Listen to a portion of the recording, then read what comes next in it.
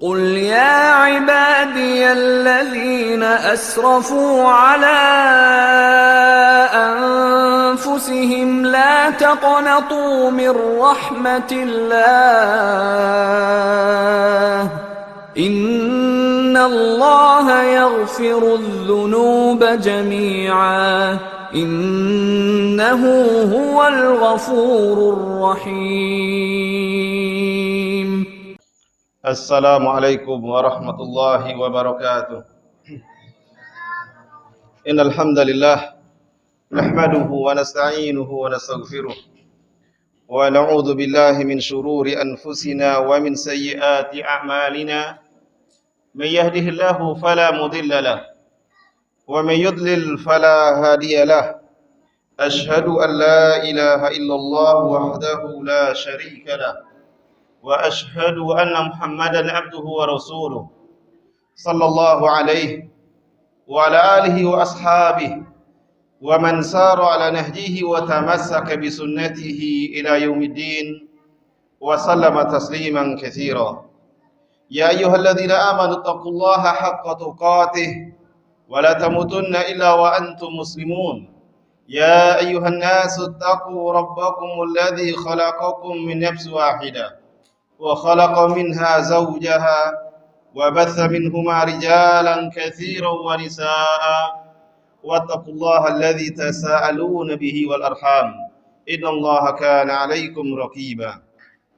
يا أيها الذين آمنوا اتقوا الله وقولوا قولا سديدا يصلح لكم أعمالكم ويغفر لكم ذنوبكم ومن يطع الله ورسوله فقد فاز فوزا عظيما. أما بعد فإن أصدق الحديث كتاب الله وخير الهدي هدي محمد صلى الله عليه وسلم وشر الأمور محدثاتها وكل محدثة بدعة وكل بدعة ضلالة وكل ضلالة في النار. Ma'asyiral muslimin wal muslimat yang semoga senantiasa dimuliakan oleh Allah Subhanahu wa taala. Alhamdulillah, malam hari ini Allah berikan kita kesempatan untuk bersua di rumah Allah yang mulia ini, di majelis yang semoga diberkahi oleh Allah Subhanahu wa taala. Pada malam hari ini sesuai dengan tema yang disampaikan oleh panitia, yaitu adab lebih dahulu daripada menuntut ilmu. Atau para ulama banyak menulis al-adabu qabla talabil ilmi. Mempelajari adab lebih didahulukan sebelum menuntut ilmu. Sebenarnya apa sih yang dimaksud dengan adab? Karena kita sering mendengar dalam bahasa kita juga kalimat adab. Wah, kurang adab ini. Ini tidak punya adab. Ini kalimat yang sudah sering kita dengar. Kalimat adab. Dan ini berasal dari bahasa Arab, adab ini. Maka kalau kita baca penjelasan para ulama, di antaranya seperti yang disebutkan oleh Al-Imam Ibnu Hajar Al-Asqalani di dalam kitab Fathul Bari, beliau menjelaskan beberapa makna adab ini. Kata beliau, adab itu adalah isti'malu ma yuhbadu qawlan wa fi'lan. Menerapkan apa-apa yang terpuji, menerapkan sesuatu yang terpuji baik dalam bentuk ucapan maupun dalam bentuk perbuatan. Itu adab, kata beliau. Segala yang terpuji yang diterapkan oleh seorang dalam kehidupan sehari-harinya, baik itu perkataan, berarti kalimat yang terpuji, kata-kata yang terpuji, atau perbuatan yang terpuji, maka itu adab. Atau kata beliau, sebagian ulama yang lain mengatakan bi'adahul akhdhu bi makarimil akhlaq, yaitu menerapkan akhlak-akhlak yang mulia. Maka itu juga adab. Menggunakan atau menerapkan dalam kehidupan sehari-hari akhlak yang mulia berarti adab. Begitu juga disebutkan oleh sebagian ulama yang lainnya. Ini disebutkan oleh Al-Imam Ibnu Hajar dalam kitab Fathul Bari. Adab itu adalah ta'zimu man fawqaka, yaitu mengagungkan atau memuliakan orang yang lebih tua darimu. Warifqu biman dunaka, dan bersikap lemah lembut terhadap orang yang lebih muda darimu, lebih kecil darimu. itu juga adab. Maka dari ini, adab itu ternyata ya akhlak itu sendiri, itu adab. Adab adalah akhlak. Maka ketika kita berbicara, adab lebih didahulukan daripada menuntut ilmu, yaitu akhlak. Mempelajari akhlak, menerapkannya, akhlak yang mulia, maka itu seharusnya lebih didahulukan bagi orang-orang yang ingin menuntut ilmu, mendapat prioritas. Kenapa demikian? Karena Rasulullah sallallahu alaihi wasallam Allah mengutusnya selain untuk mendakwahkan tauhid, juga menyempurnakan akhlak manusia. Oleh karena itu bagi orang-orang yang ingin belajar juga harus mempelajari akhlak, sehingga tidak ada kesan percuma saja rajin hadir ke majelis taklim tapi akhlaknya seperti itu. Percuma saja sudah rutin menghaji agama tapi akhlaknya, adabnya kepada orang tua seperti itu, adabnya kepada orang yang adabnya kepada teman seperti itu, muamalahnya sehari-hari kadang seperti itu. Kenapa? Karena ada sisi adab yang tidak dipelajari. Oleh karena itu, kalau kita membaca penjelasan para ulama, kita akan dapati bagaimana para ulama betul-betul menekankan agar setiap orang jangan lupakan mempelajari adab. Silakan belajar tauhid, belajar ibadah, belajar fikih, tapi jangan lupakan adab. Maka penting untuk dipelajari ilmu yang dari situ seorang bisa mendapatkan atau pelajari adab yang baik dalam Islam, maka itu penting. Oleh karena itu tadi saya bertanya kepada Abu Farid, sini sudah ada kajian tentang adab belum? Nah, perlu dirintis ada kajian tentang adab atau tentang akhlak, sehingga sejalan belajar akidah, belajar fikih, belajar sirah, adab juga tetap baik. Karena banyak sekali kesan. Dahulu saya punya tetangga ketika saya tinggal di Panam, dia cerita sebelum saya pindah ke Panam, tinggal di tempat dia tinggal itu, dahulu dia sering dibawa orang, ada beberapa kali dibawa orang untuk sholat Jumat di salah satu masjid yang di situ juga sudah masjid sunnah, kata beliau. Lalu saya duduklah di saf di antara orang-orang yang sudah berjenggot, berjubah. Kemudian di antara orang-orang yang datang, yang lain disalami. Orang di sebelah kanan dia disalami, sebelah kiri dia dilewatkan. Sehingga muncul tanda tanya, kenapa saya tidak disalami? Kenapa saya tidak dijabat tangan saya? Kenapa tidak disapa? Apakah karena saya belum berjenggot? Nah, dari situlah ternyata banyak juga di antara orang-orang yang zahirnya sudah mengaji, perlu menata adab, perlu belajar bagaimana. Apakah mentang-mentang misalnya saudara kita belum memelihara jenggotnya, celananya masih isbal, atau saudara kita masih merokok dan sebagainya, lalu tidak kita sapa, kita tidak jabat tangan, tidak demikian sebenarnya. Selama dia muslim, maka dia berhak untuk mendapatkan ucapan salam dari kita. Bahkan ada kalanya adab itu bisa menjadi sebab seseorang mendapatkan hidayah. Betapa banyak orang-orang mendapatkan hidayah karena adab orang-orang yang ada di sekitarnya, akhlak yang baik dari orang-orang yang ada di sekitarnya.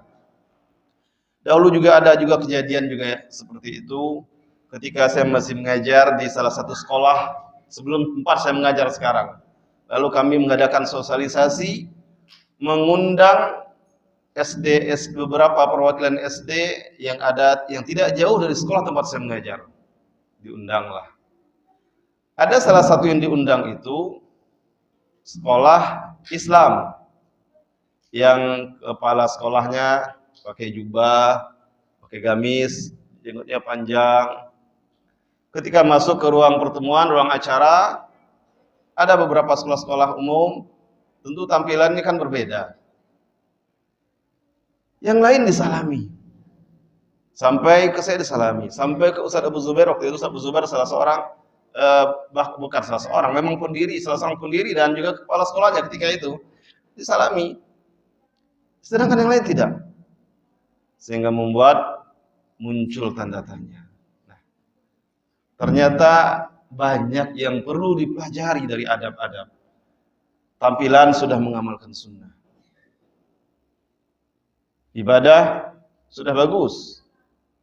Ternyata adab juga perlu semakin diperkuat, semakin dimantapkan. Bagaimana akhlak kita terhadap guru, bagaimana akhlak kita terhadap tetangga, bagaimana akhlak kita terhadap orang lain yang kita kenal maupun yang tidak kita kenal, bagaimana adab kita terhadap yang lebih tua umurnya atau terhadap orang yang jauh lebih muda dari kita, bagaimana adab kita terhadap orang yang memang walaupun kita tidak kenal tapi dia punya jabatan, punya kehormatan, punya kemuliaan di sisi masyarakat. Itu ada adabnya.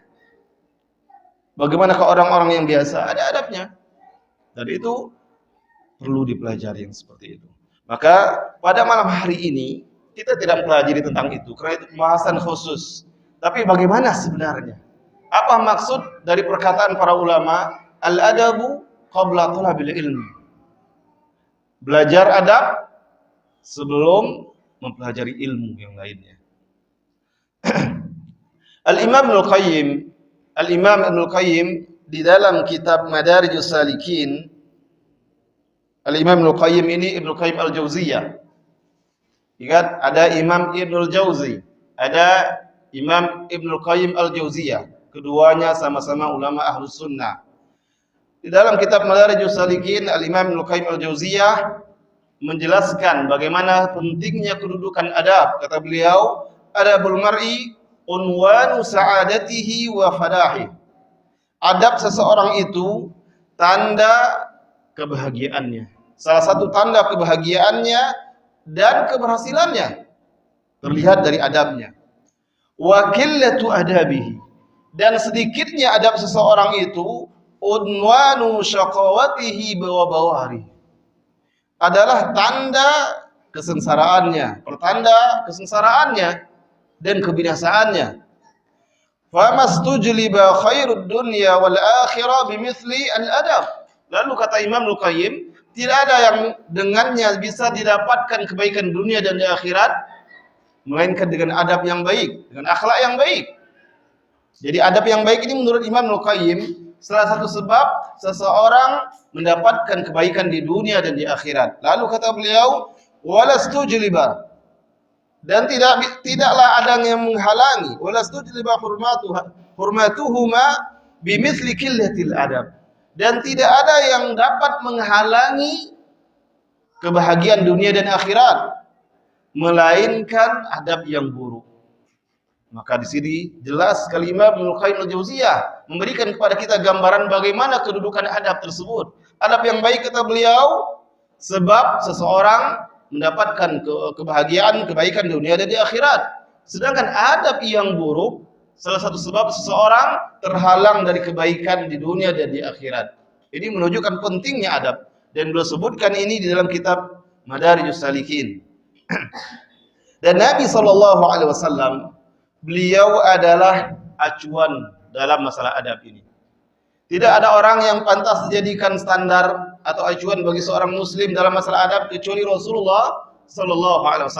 Karena semua orang setelah beliau mempelajari adab dari Rasulullah SAW. Para sahabat adab mereka dari Rasulullah SAW. Semua para salafus saleh, orang-orang generasi setelah para sahabat juga mempelajari adab dari Rasulullah SAW. Bagian keamanan. Baik. Rasulullah SAW adalah acuan. Satu-satunya acuan dalam masalah adab. Karena semua generasi umat ini setelah Rasulullah SAW, adab mereka adalah adab yang dipelajari dari Rasulullah SAW. Oleh karena itu Allah berfirman di dalam surat Al-Qalam ayat 4. Wa innaka la'ala khuluqin azim. Dan sesungguhnya engkau wahai Muhammad benar-benar berada di atas akhlak yang mulia. Ini pengakuan dari Allah. Jika Allah yang mengabarkan kepada kita bahwa akhlak Rasulullah, akhlak yang mulia, akhlak Rasulullah adalah adab yang mulia, adab yang baik, maka tidak ada lagi orang setelah Rasulullah yang lebih baik dari beliau. Adapun para sahabat, adab mereka, akhlak mereka ada yang sesuai dengan Rasulullah diikuti, yang menyelisih adab Rasulullah maka tidak boleh diikuti. Oleh karena itu kalau kita baca hadis, dengarkan hadis Rasulullah yang menyatakan, "Wa may ya'ish minkum fasayara ikhtilafan katsira."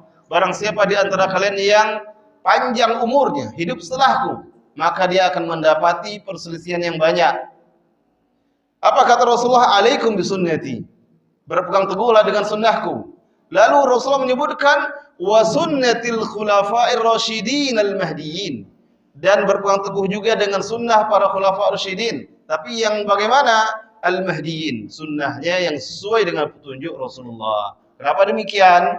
Karena di antara perbuatan para khulafa' rasyidin ada juga yang tidak sesuai dengan petunjuk Rasulullah. Mereka manusia biasa. Contoh dalam masalah adab, masalah akhlak, masalah muamalah, ada yang tidak sesuai maka ditinggalkan, tidak boleh diikuti. Yang dijadikan acuan maka yang sesuai. Sedangkan Rasulullah semua perbuatan beliau kecuali yang ada pengecualiannya, maka itu menjadi bagian dari syariat kita. Dalam masalah akhlak pun menjadi bagian dari syariat kita. Contoh yang dikecualikan, beristri lebih dari 4, itu pengecualian. Itu pengecualian khusus untuk Rasulullah. Sedangkan umat Rasulullah maksimal hanya 4 saja. Maka lebih dari 4 tidak boleh. Itu pengecualian umat Rasulullah, lebih dari 4 boleh. Nah, banyak contoh-contoh yang lainnya yang pengecualian bagi Rasulullah SAW, sedangkan umatnya ada ketentuan khusus.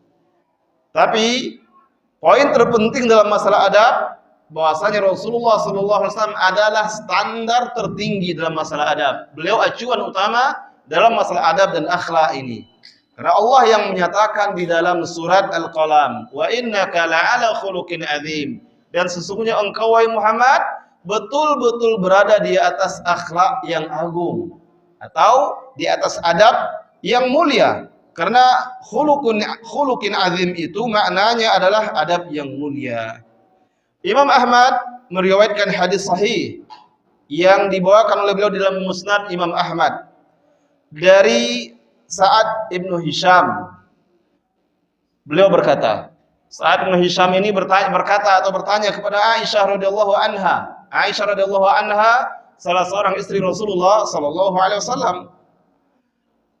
Sahabat ini atau Sa'ad bin Hisham ini seorang tabi'in bertanya kepada Aisyah, "Akhbirini an khuluqi Rasulillah sallallahu alaihi wasallam." Beritahukan kepadaku bagaimana akhlak Rasulullah sallallahu alaihi wasallam.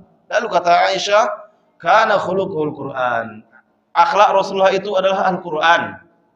Itu luar biasa Rasulullah. Dan Al-Qur'an itu semua akhlak yang mulia ada. Semua adab ada. Akhlak yang harus ada pada seorang hamba kepada Rabbnya diterangkan dalam Al-Quran. Akhlak sebagai seorang pemimpin ada dalam Al-Quran. Akhlak sebagai seorang suami ada. Akhlak dalam muamalah dengan teman, dengan kerabat, dengan siapapun ada dalam Al-Quran. Al-Quran memerintahkan jujur, Al-Quran melarang dusta, ada semuanya. Al-Quran memerintahkan amanah, ada semuanya. Benar, Rasul mengamalkannya. Maka ketika Aisyah ditanya, "Akhbirini an khuluqi Rasulillah," beritahukan kepadaku tentang akhlak Rasulullah sallallahu alaihi wasallam. Apa kata Aisyah? Kana khuluqul Quran. Adalah akhlak Rasulullah itu sesuai dengan Al-Quran. Maka Rasulullah itu bagaikan Al-Quran berjalan. Cerminan dari pengamalan Al-Quran ada pada diri Rasulullah sallallahu alaihi wasallam. Ini menunjukkan bahwasanya standar tertinggi, acuan tertinggi itu akhlak itu ada pada diri Rasulullah sallallahu alaihi wasallam. Ingin belajar akhlak, pelajari akhlak Rasulullah sallallahu alaihi wasallam. Ingin belajar adab, pelajari adab Rasulullah sallallahu alaihi wasallam. Semua diajarkan oleh Rasulullah. Bayangkan dalam aktivitas keseharian, mulai dari adab bangun tidur, apa yang harus dilakukan, apa doanya, kemudian setelah itu adab ke kamar mandi, ada semuanya. Diajarkan oleh Rasulullah sallallahu alaihi wasallam, keluar dari kamar mandi, ada semuanya. Semua aktivitas keseharian, adab makan, adab minum, adab menggunakan pakaian, adab menggunakan sendal atau sepatu, adab melepaskannya, semuanya diajarkan oleh Rasulullah sallallahu alaihi wasallam. Yang ingin belajar adab, maka pelajarilah adab yang telah diajarkan oleh Rasulullah sallallahu alaihi wasallam. Dan acuannya adalah Rasulullah sallallahu alaihi wasallam. Sufyan ibnu Uyainah pernah berkata, sebagaimana disebutkan di dalam kitab Al-Jami' li Akhlaqir Rawi, karangan Imam Al-Khatib Al-Baghdadi. Kata Sufyan bin Uyainah, "Inna Rasulullah sallallahu alaihi wasallam huwal mizanul akbar." Sesungguhnya Rasulullah SAW itu adalah mizan, timbangan atau acuan yang paling besar dalam semua hal. Fa alaihi tu'radul asya. Kepadanya dibandingkan segala sesuatu. Akhlaknya, perjalanan hidupnya, petunjuknya, maka segala sesuatu yang sesuai dengan akhlak Rasulullah, sesuai dengan apa yang telah diajarkan Rasulullah, fahuwal haq, maka dia benar. Walaupun menurut orang tidak benar, karena acuan kebenaran dalam Islam itu adalah Rasulullah sallallahu alaihi wasallam. Mungkin sebagian orang mengatakan, ini ajaran baru ini. Ini baru pula ini. Standar kita itu dalam beribadah adalah ajaran Rasulullah sallallahu alaihi wasallam. Maka Rasulullah dahulu pun ketika berdakwah kepada kaumnya juga dianggap aneh. Dianggap aneh oleh kaumnya. Dianggap membawa ajaran yang baru oleh kaumnya. Tapi Rasulullah tidak pedulikan. Karena acuannya adalah apa yang telah Allah wahyukan kepadanya. Bukan perkataan kaumnya. Maka Rasulullah dahulu ketika berdakwah ada di antara apa yang sudah dilakukan oleh kaumnya yang tidak menyelisih syariat tetap terjaga. Tapi yang menyelisih syariat harus dirubah. Dan itulah yang disebutkan adat bersendikan syariat. Syariat bersendikan kitabullah. Kalau di negeri kita kan ada yang seperti itu, peribahasa mereka. Adat bersendikan syariat, syariat bersendikan kitabullah. Apa maksudnya? Adat itu kalau tidak sesuai dengan syariat, maka tidak dijadikan adat. Seharusnya bagi seorang muslim demikian. Kalau sesuai dengan syariat, maka itulah yang harus dijadikan adat, kebiasaan. Maka Rasulullah dalam dakwah beliau menghapus adat-adat kaumnya yang menyelisihi risalah Allah, menyelisih syariat Allah. Banyak kebiasaan kaumnya yang dihapus. Tapi ada kebiasaan yang tetap dijaga. Apa contohnya?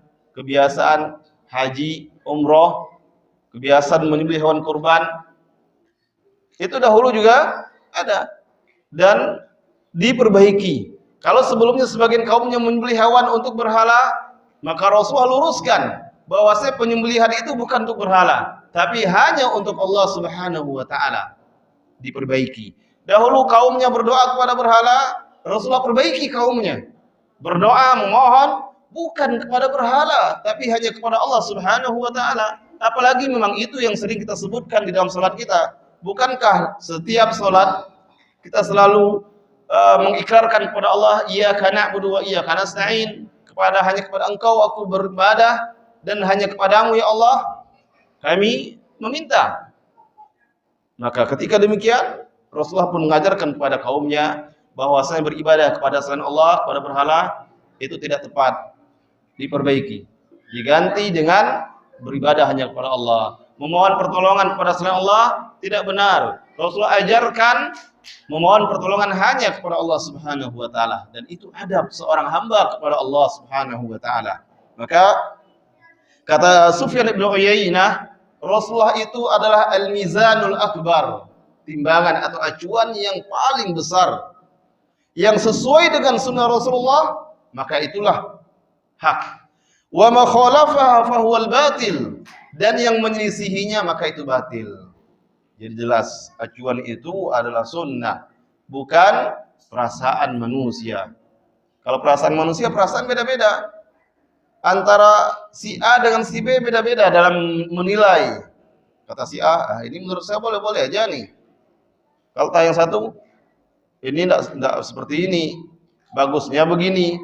Itu kalau acuannya perasaan manusia. Tapi kalau acuannya standarnya adalah sunnah Rasulullah, jelas standarnya. Apa contohnya? Contohnya zikir setelah salat fardu. Jelas standarnya, membaca subhanallah 33 kali, alhamdulillah 33 kali, Allahu akbar 33 kali, dilengkapi dengan la ilaha illallah wa la syarika lahu dan seterusnya. Itu standar acuannya. Kalau seandainya standar acuannya perasaan dan akal manusia, maka ada yang mengatakan, saya kalau setelah sholat saya zikirnya 1000 kali biar makin banyak pahalanya. Nah itu kan perasaan.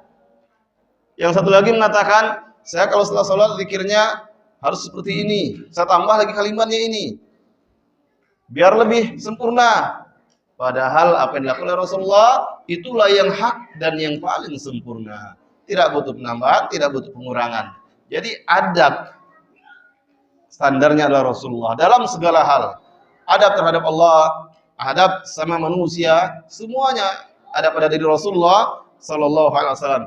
Dan kalau kita baca Al-Qur'an jamaah semuanya, kita akan dapati Allah banyak mengajarkan adab. Allah banyak mengajarkan akhlak kepada hamba-hambanya. Contohnya surat An-Nisa ayat 86. Allah berfirman, "Wa idza hayyitum bi tahiyyah fahayyu bi ahsana minha." Dan jika diucapkan kepadamu salam, maka balaslah salamnya dengan yang lebih baik. Kalau ada orang mengucapkan salam walaupun kita enggak kenal, "Assalamualaikum." Jangan memandangkan kok so akrab. Dia tahu ini muslim. Sunnahnya bagaimana? Adabnya bagaimana? Kata Allah, jika diucapkan salam kepadamu. Jadi kenal tidak kenal orang mengucapkan salam, balas salamnya. Kata Allah dalam surah An-Nisa ayat 86, "Idza huyyitum bi tahiyyah." Jika diucapkan kepadamu salam, fahayyu bi ahsana minha. Maka balas ucapan salamnya dengan yang lebih baik. Apa maksudnya? Kalau ada yang mengucapkan assalamualaikum, balas dengan jawaban yang lebih sempurna. Waalaikumsalam warahmatullahi Waalaikumsalam warahmatullahi wabarakatuh. Atau minimal kata Allah, aurudduha, atau balas dengan minimal dengan salam yang sama, jawaban yang sama. Assalamualaikum, waalaikumsalam. Balas. Nah, itu Islam luar biasa. Allah dalam Al-Qur'an mengatakan adab salam. Itu contoh. Ini sebagian kecil dari contoh adab yang diajarkan di dalam Al-Qur'an. Atau di dalam surah Al-Furqan. Di dalam surah Al-Furqan ayat 63 Allah juga berfirman, wa ibadur rahman alladzina yamshuna 'alal ardi haunan. Dan hamba-hamba Allah yang pengasih itu adalah yang jika berjalan di permukaan bumi itu berjalan dengan tenang, tidak dengan angkuh, membusungkan dada. Tapi berjalan dengan tenang, berjalan dengan cara yang tidak terlihat tanda-tanda keangkuhan dan kesombongannya. Itu salah satu tanda-tanda ibadur rahman dalam Allah sebutkan di dalam surat Al-Furqan. Begitu juga di dalam surat An-Nur. Surat An-Nur ayat 27 dan 28. Kita simak bunyi firman Allah ini. Allah berfirman, ya ayyuhalladzina amanu la tadkhulu buyutan ghaira buyutikum hatta tasta'ditsu wa tusallimu ala ahliha.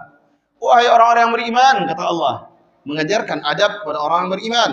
Janganlah engkau masuk ke rumah yang bukan rumahmu sebelum engkau meminta izin dan mengucapkan salam terlebih dahulu. Ternyata langsung masuk nyelonong ke rumah orang itu tidak sesuai dengan adab Islam.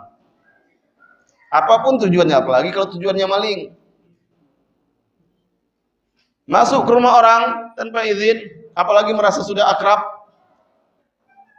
langsung aja masuk. Nah, Islam tidak demikian mengajarkannya.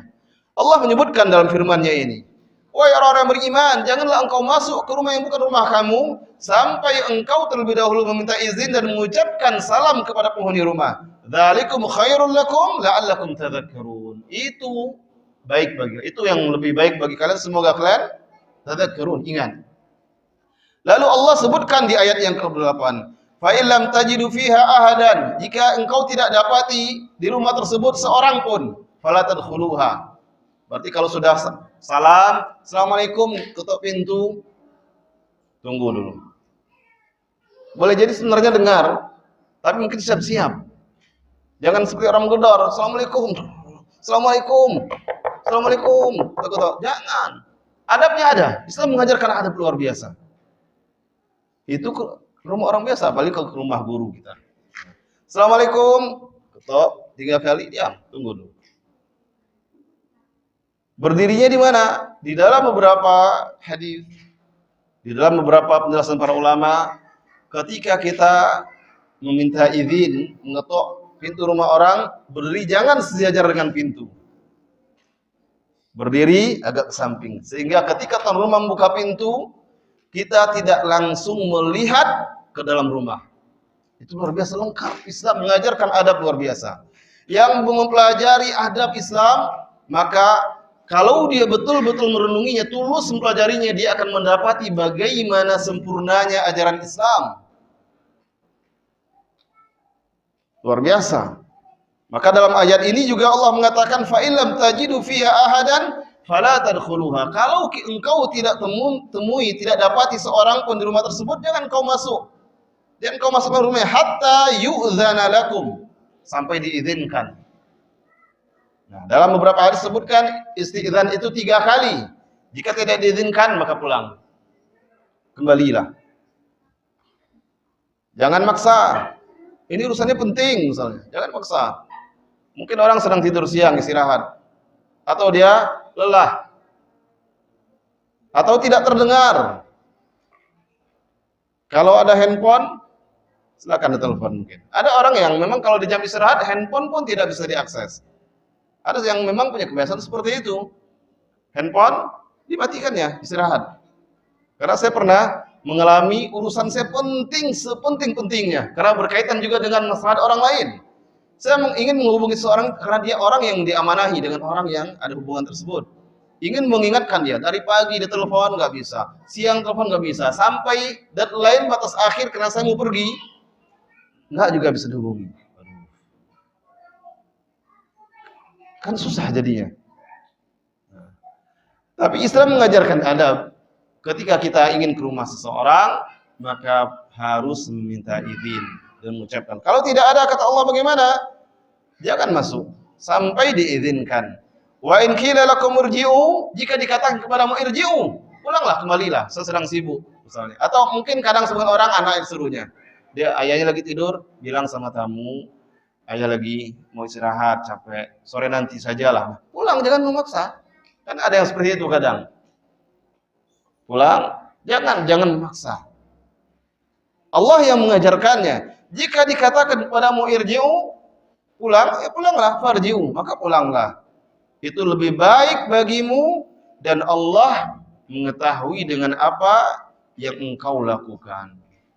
Ini contoh beberapa ayat mengajarkan adab kepada kita. Atau contoh yang lainnya di dalam surah Al-Hujurat ayat 3. Innal ladzina yaghudduna aswatahum inda Rasulillahi ulaika alladzina amtahana Allahu qulubahum littaqwa lahum maghfiratu wa ajrun 'azim. Sesungguhnya orang-orang yang melirihkan, merendahkan suara mereka di hadapan Rasulullah sallallahu alaihi wasallam. Mereka orang-orang yang Allah uji hati mereka untuk bertakwa. Dan untuk mereka adalah ampunan dan balasan yang agung. Nah, dari sini salah satu sunnahnya melirihkan suara di hadapan Rasulullah sallallahu alaihi wasallam. Bagaimana sekarang Rasulullah sudah wafat? Sebagian menjelaskan ketika ziarah ke makam Rasulullah, salam tidak mesti harus teriak keras-keras. Tidak mesti harus keras-keras. Kalau dahulu ketika Rasulullah masih hidup, sahabat ketika berbicara dengan Rasulullah dengan suara yang sopan, suara tidak teriak-teriak, tidak bentak-bentak dan sebagainya. Dengan suara yang lirih, suara yang direndahkan. Yang penting terdengar oleh Rasulullah, tidak dengan suara yang keras atau dengan cara yang tidak sopan. Ini contoh juga ada yang diajarkan dalam Al-Quran. Jam berapa masuk Isya? 7:17 di sini. Cepat ya. Berapa menit lagi? 2 menit lagi. Masya Allah. Kalau Al-Quran kita baca, banyak sekali ayat-ayat yang mengajarkan umat ini adab-adab yang baik. Maka pelajarilah Al-Quran. Atau untuk lebih lagi, pelajari kitab-kitab ulama yang memang khusus membahas tentang adab. Kemudian Rasulullah SAW juga banyak mengajarkan adab. Rasulullah SAW banyak mengajarkan adab. Contohnya ada hadis Rasulullah mengatakan al-haya'u minal iman. Nah, itu hadis Rasulullah mengajarkan adab, yaitu malu. Malu, kata Rasulullah, al-haya'u minal iman. Malu itu adalah sebagian dari iman. Jadi Ada kalanya malu itu membawa kebaikan.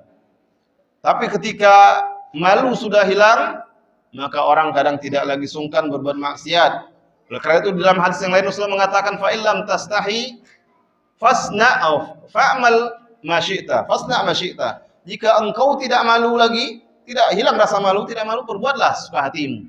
Nah, itu juga malu kalau sudah hilang, maka banyak orang-orang yang tidak lagi takut berbuat dosa, berbuat maksiat. Dan kita lihat sekarang, kadang-kadang orang-orang tidak lagi sungkan.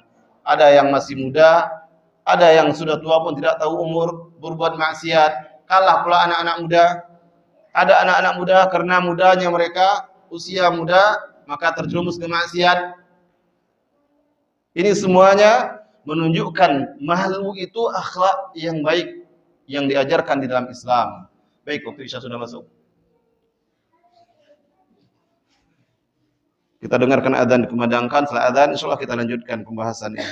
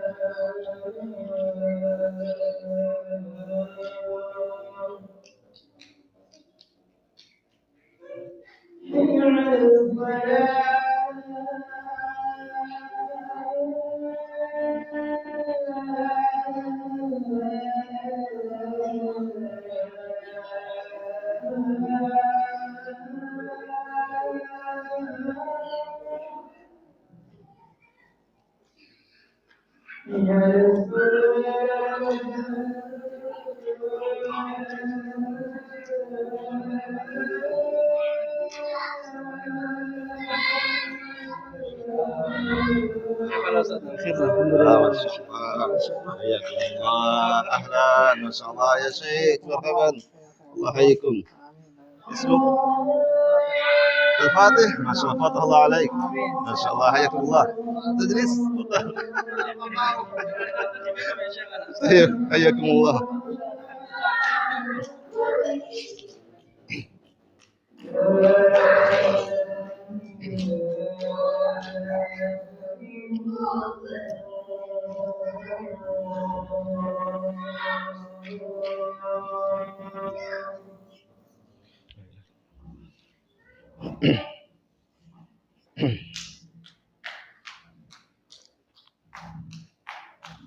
Baik, kita lanjut kajian kita malam hari ini. Rasulullah sallallahu alaihi wasallam di dalam hadis yang diriwayatkan oleh Imam Muslim dari Ali radhiyallahu anhu, Rasulullah pernah berdoa, Allahumma antal malik, ya Allah, engkau adalah maharaja. La ilaha illa anta, tidak ada ilah Tuhan yang diibadai dengan hak kecuali hanya engkau.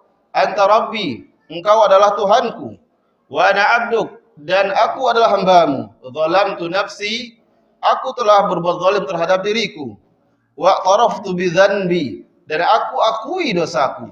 Faghfirli dzunubi jami'an, ampunilah seluruh dosaku. Innahu la yaghfiru dzunuba illa ant, sesungguhnya tidak ada yang mengampuni dosa kecuali hanya engkau. Wahdini li ahsanil akhlaq, lihat kalimat ini. Rasulullah memohon kepada Allah, meminta kepada Allah agar diberi petunjuk, dibimbing memiliki akhlak yang mulia. Kata Rasulullah, wahdini li ahsanil akhlaq, bimbing aku pada akhlak yang baik. La yahdi li ahsanha ila anta, tidak ada yang mampu membimbing, menunjukkan kepada akhlak yang baik kecuali hanya engkau ya Allah. Wasrif anni sayyi'aha, dan jauhkan dariku akhlak yang buruk. La yasrifu anni sayyi'aha ila anta, tidak ada yang mampu menjauhkan dariku akhlak yang buruk kecuali hanya engkau ya Allah. Perhatikan Nabi kita yang mulia, orang yang telah Allah sebutkan dalam surah Al-Qalam ayat 4 tadi, wa innaka la'ala khuluqin adzim, dan sesungguhnya engkau betul-betul berada di atas akhlak yang agung. Tapi Rasulullah memohon kepada Allah bimbingan agar tetap berada di atas akhlak yang mulia, dan memohon kepada Allah agar dijauhkan dari akhlak atau adab yang buruk. Itu doa Rasulullah sallallahu alaihi wasallam. Bagaimana dengan kita? Maka kita adalah orang-orang yang paling betul-betul memberikan perhatian terhadap doa ini. Mohon kepada Allah agar selalu dibimbing dengan akhlak yang mulia dan dijauhkan dari akhlak yang buruk. Maka Rasulullah di dalam hadis lainnya riwayat Bukhari, Rasulullah bersabda, "Inna min khiyarikum ahsanukum akhlaqan." Sesungguhnya orang yang paling baik dari kalian orang yang paling bagus akhlaknya. Jadi Islam itu salah satu menilai baiknya seseorang dari akhlaknya. Banyak ilmunya, kalau akhlaknya buruk, orang akan buruk juga menilainya, dan Islam juga akan menilai buruk.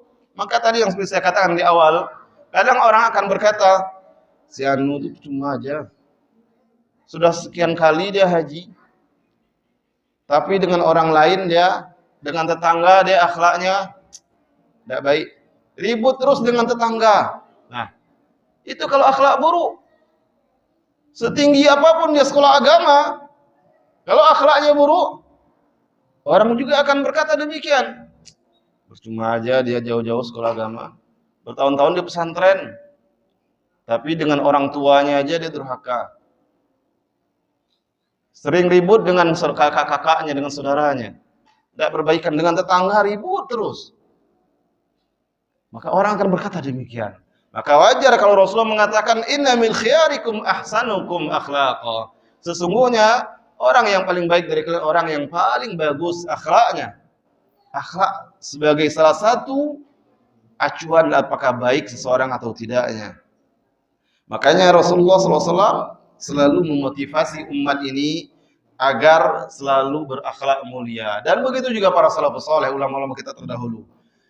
Dahulu para ulama mengatakan berkenaan dengan akhlak yang mulia ini, seperti perkataan Imam Sufyan Ats-Tsauri, kata beliau, kana rajulu idza arada yaktubal hadis, adalah seseorang itu jika ingin menulis hadis, ingin belajar hadis, menulisnya, apa yang harus dilakukan? Ta'addaba wa ta'abbada. Beliau mempelajari adab. Orang-orang dahulu, kebiasaan orang-orang dahulu itu ingin belajar hadis, ingin menulis hadis, ta'addaba wa ta'abbad. Mereka pelajari akhlak dan mereka juga beribadah. Qabla dzalika bi 20 sana, sebelum mereka menulis hadis, 20 tahun mereka mempelajari adab, akhlak. Nah, ini salah satu contohnya perkataan Sufyan Ats-Tsauri sebagaimana disebutkan dalam kitab Hilyatul Auliya. Begitu juga dengan Ibnul Mubarak, beliau mengatakan qala li Mikhlad ibn al-Husain, berkata kepadaku Mikhlad bin Husain, nahnu ila katsirin minal adabi ahwaju minna ila katsirin minal hadis. Kata beliau, kita ini lebih butuh kepada adab yang banyak daripada hadis yang banyak. Kebutuhan kita kepada adab yang banyak lebih daripada kepada hadis yang banyak. Apa maksudnya? Utamakan adab. Adab itu berikan perhatian. Belajar hadis, tapi jangan lupa adab juga harus mendapatkan perhatian. Sampai-sampai beliau mengatakan akhlak atau adab yang banyak itu, yang bagus itu lebih kita butuhkan daripada hadis yang banyak. Hadis satu harus diamalkan. Baca hadis tentang akhlak, man kana yu'minu billahi wal yawmil akhir falyakul khairan aw liyasmut. Itu contoh. Banyak dihafal hadis, tapi kalau tidak diamalkan percuma. Maka ketika bertemu dengan hadis, amalkan. Rasulullah mengatakan, barang siapa beriman pada Allah dan hari akhir, falyakul khairan aw liyasmut. Hendaklah dia berkata baik atau diam. Lalu kata Rasulullah, man kana yu'minu billahi wal yawmil akhir falyukrim dhaifahu. Barang siapa yang beriman pada Allah hari akhir, muliakan tamunya. Itu adab, akhlak diajar oleh Rasulullah sallallahu alaihi wasallam. Man kana yu'minu billahi wal yawmil akhir falyukrim jarahu. Barang siapa yang beriman kepada Allah dan hari akhir, hendaklah dia memuliakan tetangganya. Itu adab. Adab yang dicontohkan oleh Rasulullah sallallahu alaihi wasallam. Dihafal pun hadis ini, dihafal pun hadis yang banyak. Kalau tidak mengamalkan percuma. Maka benarlah kata para salafus saleh, kita ini lebih butuh. Kebutuhan kita kepada adab itu lebih banyak daripada kepada hadis. Hadis dapat amalkan. Dan adab semuanya juga diajarkan dalam hadis Rasulullah sallallahu alaihi wasallam.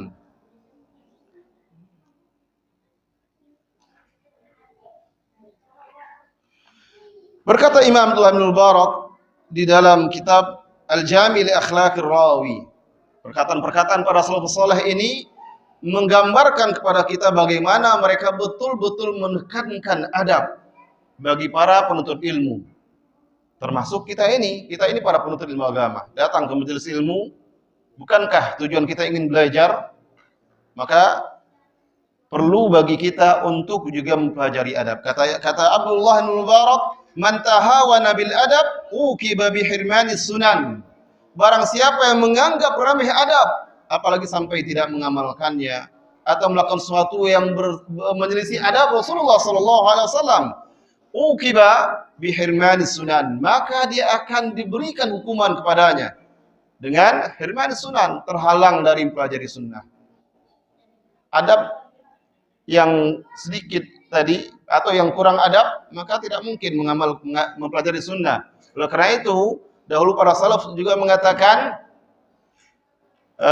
bil adab tafhamul hadis atau tafhamul ilma. Dengan adab maka engkau akan mudah memahami ilmu.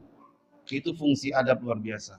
Maka orang-orang yang ingin belajar, Allah mudahkan salah satunya juga belajar adab. Apalagi adab yang berkaitan dengan seorang penuntut ilmu dan gurunya. Pelajari adabnya. Adab di majelis ilmu, adab terhadap guru, adab terhadap ilmu itu sendiri, adab terhadap sumber ilmu, itu semuanya dipelajari dan diamalkan. Maka Allah akan berikan kemudahan bagi orang-orang untuk pelajari ilmu.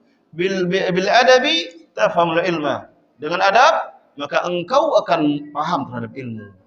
Kadang-kadang belum apa-apa lagi, sebagian para penuntut ilmu, Ustaz ini lagi, tidak enak dia nyampaikan. Nah, dari awal sudah muncul kesan, akhirnya datang sih datang juga, karena kawan-kawan juga datang, tapi tidak masuk ilmunya. Itu bagian dari adab yang seperti itu. Itu adab yang perlu betul-betul dijaga bagi para penuntut ilmu. Belajar ke majelis ilmu, tapi niatnya juga bukan untuk belajar, itu juga adab yang keliru. Karena adabnya datang ke majelis ilmu, niatnya untuk belajar, karena Allah mengangkat kejahilan dari diri kita.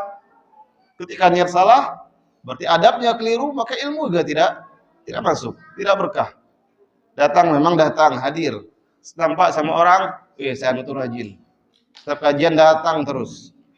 Tapi apakah ilmu bertambah? Betapa banyak orang-orang yang rutin hadir ke kajian, kadang ilmu tak bertambah. Dari rumah berangkat, tapi kadang duduk, apalagi kalau ada daurah ustaz-ustaz kibar, ustaz-ustaz yang terkenal, yang viral, nah, masjid besar di Pekanbaru itu penuh. Tapi banyak dari mereka yang duduk di luar sambil ngopi, ngobrol. Apa tadi yang disampaikan oleh Ustaz? Ada di live-nya tuh, lihat aja di live-nya. Nah, karena seperti itu jawabannya. Ada live-nya, lihat saja di akun. Kenapa? Karena memang bukan setulus hatinya untuk menghadiri kajian. Bukan betul-betul karena ingin mendapatkan ilmu dan ingin mengangkat kejahilan dari dirinya. Maka orang-orang yang menganggap remeh adab, maka dia akan terhalang dari mempelajari dan mengamalkan sunnah-sunnah Nabi.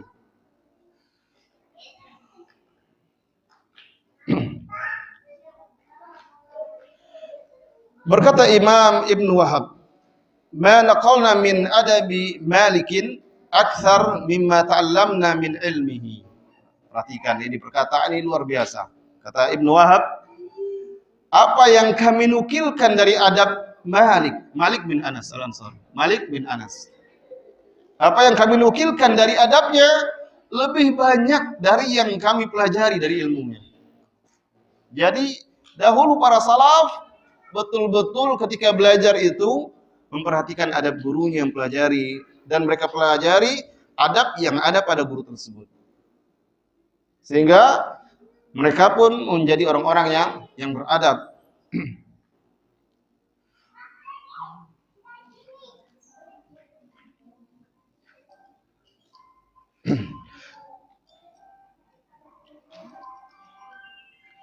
Sebagian para ulama juga mengatakan, sebagaimana disebutkan dalam kitab Madarijus Salikin.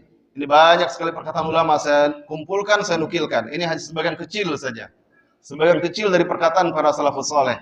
Di dalam kitab Madarijus Salikin karangan Imam Ibnu Qayyim Al-Jauziyah disebutkan oleh penulis, al-adabu fil amali alamatu qabulil amal. Adab dalam melakukan suatu amal, maka itu pertanda diterimanya amal tersebut. Apa salah satu contoh adabnya? Adab yang berhubungan dengan Allah dalam suatu amal, yaitu niat karena Allah Subhanahu wa taala. Itu adab yang luar biasa. Begitu juga dengan yang lain-lainnya.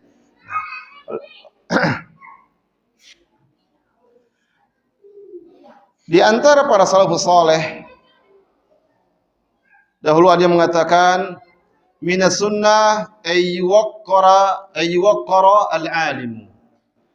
Termasuk bagian dari sunnah itu dimuliakan seorang yang alim. Ini adab terhadap guru. Salah satu contohnya.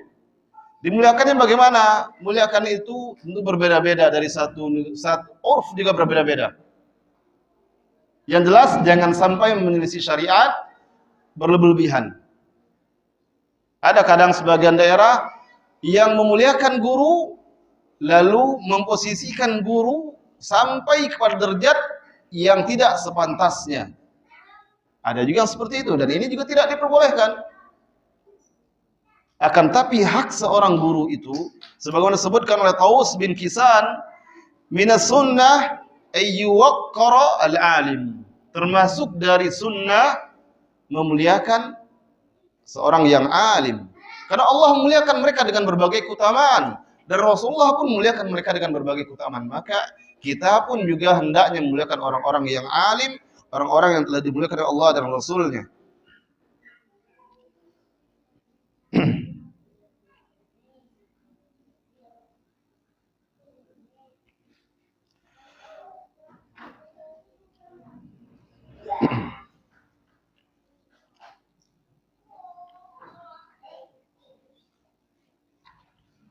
Banyak contoh ya. Saya rasa mungkin tidak cukup kalau kita baca semuanya, tapi semua yang saya bacakan tadi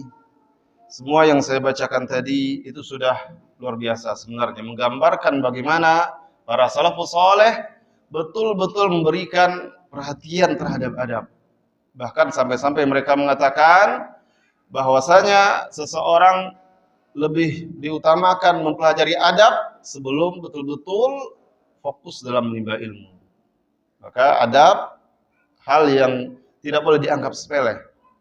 Oleh karena itu saya saran, kalau di majelis ini belum ada adab tentang akhlak, tentang adab, pelajari. Minimal adab talabul ilmi atau adab secara umum pun boleh.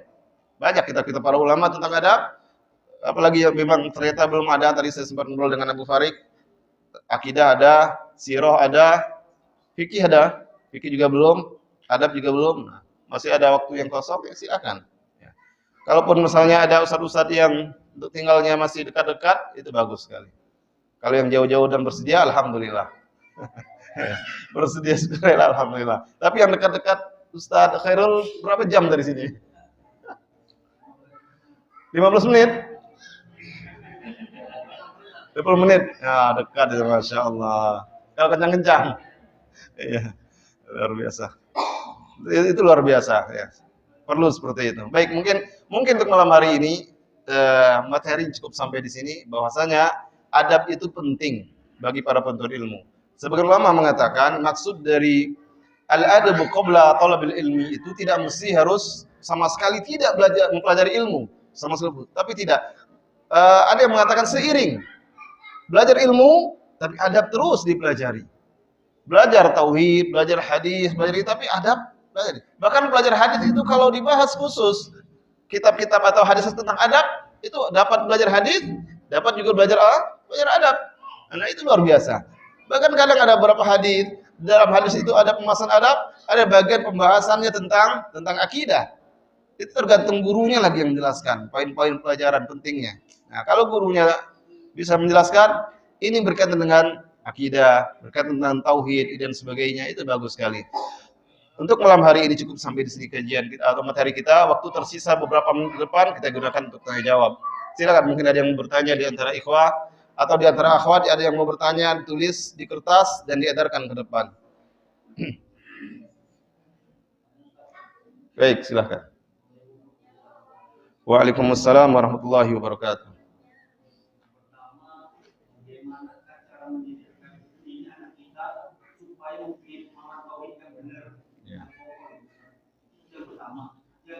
Bagaimana menyikapi seandainya ada kerabat kita yang masuk rumah tanpa assalamualaikum menyelonong gitu gimana? Ya, baik. Yang pertama, bagaimana cara mendidik anak kita menjadi anak yang bertauhid dengan benar? Yang pertama, kita harus mengerti tauhid yang benar juga. Itu yang pertama. Berarti sebelum kita ajar kepada anak, kita juga harus isi dahulu diri kita dengan ilmu yang benar, tauhid yang benar. Kalau tidak, bagaimana mungkin kita akan mengajarkan tauhid yang benar kepada anak, sedangkan kita tidak mengerti tauhid yang benar. Itu yang pertama. Yang kedua,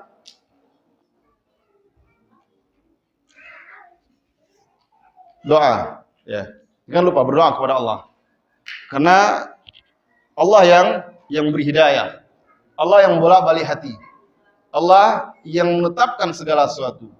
Maka walau bagaimanapun usaha seseorang, orang tua mengajarkan anaknya, setelah orang tua berilmu, tahu, paham, setiap dia tahu tauhid tentang suatu masalah, dia ajarkan kepada anaknya. Banyak caranya tentu dari keseharian, dari main, diingatkan anak tentang adanya Allah. Ketika misalnya berkata kotor, ingatkan Allah Maha mendengar, ini tidak boleh. Ada pun cara ya berbeda-beda. Kadang tergantung orang tua pendekatan kepada anak kan berbeda-beda, karakter berbeda-beda. Nah, kemudian yang setelah tahu dan diajarkan, jangan lupa doa. Berdoa kepada Allah agar Allah memberi hidayah. Tanpa hidayah dari Allah, maka tidak akan sanggup seorang pun memberi hidayah kepada manusia, siapapun dia. Kita banyak baca, banyak dengar, para nabi dan rasul selalu ada di antara orang-orang dekat dari mereka, orang-orang yang tidak mengimani risalah dakwah mereka. Allah tidak menghendaki hidayah untuk mereka. Apakah Rasulullah tidak mengajarkan pamannya Abu Talib? Tidak mendakwahi pamannya. Bahkan sampai hari-hari terakhir akan wafat, Rasulullah mengajarkan paman. Ya, wahai pamanku, ucapkan la ilaha illallah. Kalimat yang kelak akan saya jadikan hujjah di hadapan Allah untukmu. Tapi Allah tidak menghendaki hidayah. Contoh lainnya, Nabi Nuh, anaknya. Apakah tidak diajarkan oleh Nabi Nuh? Anaknya tentang dakwah yang benar diajarkan. Tapi hidayah dari Allah. Begitu juga dengan nabi-nabi yang lainnya. Dan saya yakin kadang ada di antara keluarga orang-orang yang keluarga besar, banyak ada satu dua yang susah untuk diarahkan. Tapi mohon kepada Allah minta kepada Allah agar Allah memberi hidayah kepada mereka, kepada orang-orang yang seperti ini. Begitu juga kepada anak-anak kita. Tidak usah jauh-jauh, kadang dari keluarga sendiri juga ada yang seperti itu. Apakah tidak dididik? Tapi hidayah dari Allah. Maka minta kepada Allah agar memberi hidayah kepada anak-anak kita, agar dibimbing kepada hal yang benar. Nah, itu salah satunya. Untuk lebih rinci panjang. Yang kedua tadi pelajarannya apa? Ya, pertanyaannya. Tamu yang nyelonong keluarga kita. Cari keluarga kita, mungkin bukan penghuni rumah mungkin ya. Diberitahu baik-baik adabnya. Ya. Tentu dengan cara yang baik sampaikan. Kalau masuk salam lah, ucapkan salam seperti itu. Ucapkan salam. Sama, saya juga kalau ada di rumah, kalau misalnya masuk kamar nyelonong, anak sendiri beranak kandung, saya ingatkan adabnya. Masuk kamar abi, kalau ada abi dan umi, ketok pintu. Ketok pintu kamar, jangan langsung nyelonong. Saya ingatkan selalu anak-anak saya. Dan memang seperti itu kita mengajarkan, selalu diingatkan. Nah, kalau dia misalnya abang atau kakak atau siapa saja, diingatkan dengan keutamaan salam dan izin. Rasulullah pernah mengajarkan kepada Anas, pelayan Rasulullah. Wahai Anas, jika engkau masuk ke rumahmu, ucapkan salam kepada keluargamu. Takun alaika wa alaihim barakah. Apa kata Rasulullah? Berkahnya untukmu dan untuk keluargamu. Nah, sampaikan keutamaannya. Kalau salam itu berkah untuk kami dan juga untuk siapa keluarga yang masuk itu, misalnya abang atau abang, sampaikan saja dengan cara yang baik. Tentu dengan cara yang baik, dengan kata-kata yang baik, atau pilih kesempatan waktu yang tepat. Jika sedang makan bersama, misalnya abang tentu waktunya rileks, kakak santai, sampaikan. Masuk rumah, bagusnya ucapkan salam, biar kami juga tahu. Nanti tiba-tiba dikira misalnya maling, tiba-tiba masuk rumah, nah sampaikan saja ya, cara yang baik. Bahwasanya adabnya masuk rumah, ucapkan salam dan minta izin. Kalau yang sudah terbiasa anggota rumah, keluarga, minimal ucap salam lah. Ya, minimal ucapkan salam. Orang yang sudah biasa masuk ke rumah tersebut. Orang tua bagaimana? Orang tua sama juga. Orang tua juga, karena ucapkan salam itu semuanya. Tapi kalau izin, orang tua tidak perlu izin lah. Tapi ucapkan salam. Ya. Ucapkan salam agar berkah, dan doa salam kan doa. Untuk yang ada di rumah dan juga untuk orang yang mengucapkannya. Itu keutamaan yang luar biasa. Wallahu a'lam bishawab. Baik, mungkin ada yang lain, silakan. Mungkin ada pertanyaan yang ingin disampaikan.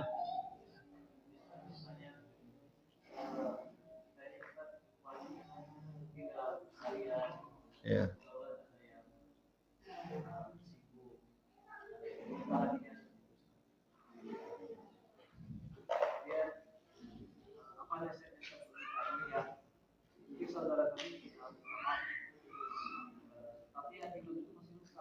Ya.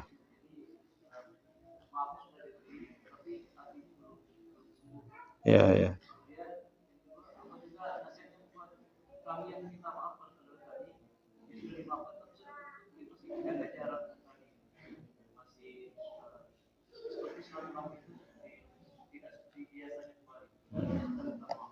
Ya.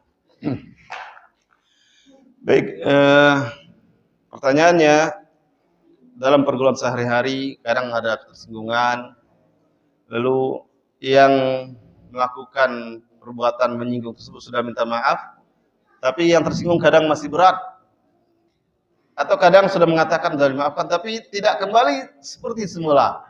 Nah, yang pertama yang harus diketahui, bahwasanya Allah memberikan keutamaan yang luar biasa terhadap orang-orang yang memaafkan orang-orang yang berbuat zalim kepadanya. Di dalam surat Al-Imran, Allah dengan jelas menyebutkan, wasari'u ila magfiratin min rabbikum wa jannatin arduha samawati wal ard uiddat lil muttaqin, dan bersegeralah menuju atau mendapatkan ampunan dari Rabbmu dan juga mendapatkan surga yang luasnya seluas langit dan bumi. Allah persiapkan untuk orang yang bertakwa. Orang yang bertakwa itu Allah sebutkan sifatnya, beberapa sifatnya di ayat berikutnya. Di ayat berikutnya salah satunya Allah sebutkan wal kadhibinal ghaidh, orang yang menahan emosi, mengendalikan emosinya. Orang yang bertakwa harus, mungkin salah satunya yang mengendalikan emosinya. Wal afina 'anil nas, dan memaafkan orang lain. Memaafkan terhadap kezaliman orang lain. Nah, itu Allah persiapkan untuk mereka surga yang luas di seluas langit dan bumi. Kemudian di dalam hadis sebagian ulama menghasankannya, hadis riwayat Ahmad, dijelaskan bahwasanya di surga itu ada pintu yang masuk darinya orang-orang yang memaafkan kezaliman orang lain. Inna fil jannati baban yadkhulu minhu man 'afa an madlamatin. Bahwasanya di surga itu ada satu pintu yang masuk darinya orang-orang yang memaafkan kezaliman orang lain. Nah, itu keutamaan. Dengan demikian, jika kita mengetahui keutamaan yang Allah berikan pada orang-orang maaf, maka ketika ada orang yang menzalimi kita, maafkan saja. Ada kisah Al-Hasan bin Ali radhiyallahu anhu. Di dalam beberapa kitab disebutkan beliau itu meninggal efek dari minum racun. Ada orang yang beri racun padanya. Ketika beliau sakit di akhir-akhir hayatnya, datang kepadanya Al-Husain, saudaranya. Husain ini meminta kepada Hasan agar diberitahukan siapa yang telah memberi minumnya racun-racunnya. Apa kata Hasan? 5. Ataktuluhu? Untuk apa engkau ingin tahu? Apakah engkau akan bunuhnya? Apa kata Husain? Naam. Ya, saya akan bunuh dia. Kalau saya tahu siapa yang meracuni saudara saya akan bunuh dia. Begitu Husain. Dari satu sisi ada positifnya, membela saudaranya. Kemudian ada pelajaran dari Hasan. Apa kata Hasan? Tidak. Saya tidak mau orang tersebut terbunuh. Padahal dia tidak bersalah, belum tentu bersalah. Karena Hasan pun tidak bisa memastikan siapa. Kalau seandainya dia yang melakukannya, apa kata Hasan? Maka sesungguhnya hukuman dari Allah jauh lebih berat, lebih keras daripada hanya sekedar dibunuh di dunia. Biarkan saja. Jadi Hasan mengatakan biarkan saya tidak mau memberitahukan. Seandainya betul dia pelakunya, tapi saya tidak beritahukan, berarti dia kan tidak terbunuh, tidak akan dibunuh. Biarlah Allah yang akan memberi hukumannya. Seandainya saya beritahukan, ternyata salah orangnya, bukan dia pelakunya, maka itu akan menyebabkan tumpahnya darah orang yang tidak bersalah. Jadi apa yang diambil oleh Hasan, dia biarkan saja orangnya. Tidak akan tuntut, tidak akan, walaupun dia mungkin ada menduga siapa pelakunya, dia dapat cerita mungkin dari orang ini pelakunya, tapi dia tidak memberitahukan saudaranya. Biarkan Allah yang nanti akan menghukuminya. Kalau ternyata bukan dia, maka terjaga darah orang yang tidak bersalah, tidak tertumpahkan. Nah, itu luar biasa. Akhlak yang luar biasa dari seorang Hasan radhiyallahu anhu. Maka yang pertama, tanamkan di hati kita ketika kita dizalimi oleh orang lain keutamaan yang begitu besar. Allah siapkan surga untuk kita. Lalu Allah siapkan pintu khusus untuk orang yang memaafkan, orang yang menzalimi kita. Masuk dari situ. Orang lain tidak dipersilakan masuk. Orang-orang yang mampu mengendalikan emosi. Kemudian yang bagaimana yang dimaafkan tersebut? Orang-orang yang mampu membalas tapi dia tidak membalas, itu yang mendapatkan keutamaan. Ada orang-orang ketika dizalimi dia tidak balas karena dia tidak sanggup. Dia tidak sanggup, dia tidak balas. Nah, contoh Hasan tadi kisah, dia sanggup. Kalau dia beritahukan, banyak orang yang akan membelanya. Tapi dia tidak beritahukan. Begitu juga orang-orang yang memaafkan orang lain.